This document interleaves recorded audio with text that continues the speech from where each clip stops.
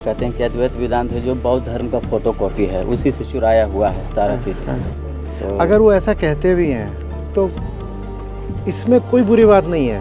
Photocopy भी है तो भी बहुत ऊंची चीज़ की है। बौद्ध दर्शन बहुत ऊंचा है, बहुत ऊंचा है, बहुत बढ़िया है। और अद्वैत वेदांत और माध्यमिक शून्यवाद में कोई अंतर नहीं है। दोनों साथ तो अगर किसी को ये भी कहना है कि दोनों एक हैं, बल्कि अद्वैत ने नकल करी माध्यमिक शून्यवाद की, कोई दिक्कत नहीं है। नकल के नाते ही उसको देख लो भाई, ऊंची से ऊंची चीज़ की नकल भी बहुत अच्छी होती है। तो माध्यमिक शून्यवाद इतनी ऊंची बात है कि अगर अद्वैत वेदांत ने उसकी नकल भी करी है तो तुम नकल के नाते ही पढ़ लो। चलो अद्वैत वेदांत नहीं पढ़ना, तुम बौद्ध शून्यवाद ही पढ़ लो, उसको भी तुमने पढ़ लिया तो वो भी अद्वैत ही है, एक ही बात है। लेकिन अगर आप ऐतिहासिक तथ्यों पर गौर करोगे तो प्रमुख उपनिषद जो हैं वो सब बुद्ध से पहले लिखे जा चुके थे।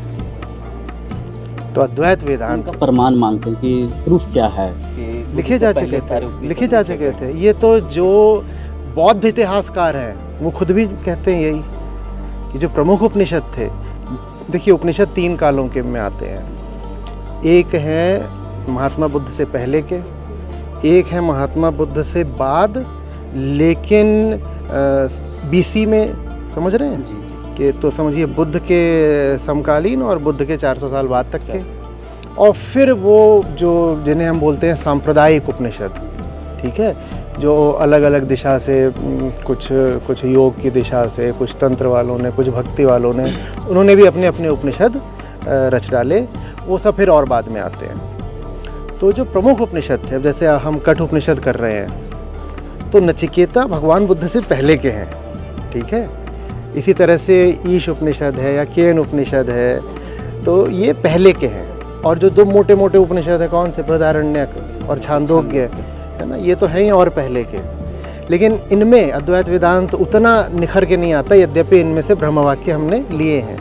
लेकिन जिनमें हमें साफ साफ दिखाई देता है ये रहा अद्वैत वेदांत, तो वो भी महात्मा बुद्ध से पहले का है। लेकिन इस बहस में बिल्कुल नहीं पढ़ना चाहिए, बिल्कुल नहीं पढ़ना चाहिए, क्योंकि स्वयं बुद्ध जो बात बोल रहे हैं, अगर आप उस बात को भी समझ लें तो आप तर जाएंगे, ठीक है। तो कोई आकर के कहे कि साहब बुद्ध असली हैं और असली अद्वैत तो महात्मा बुद्ध से आया है, तो मैं तो तुरंत स्वीकार कर लूँगा।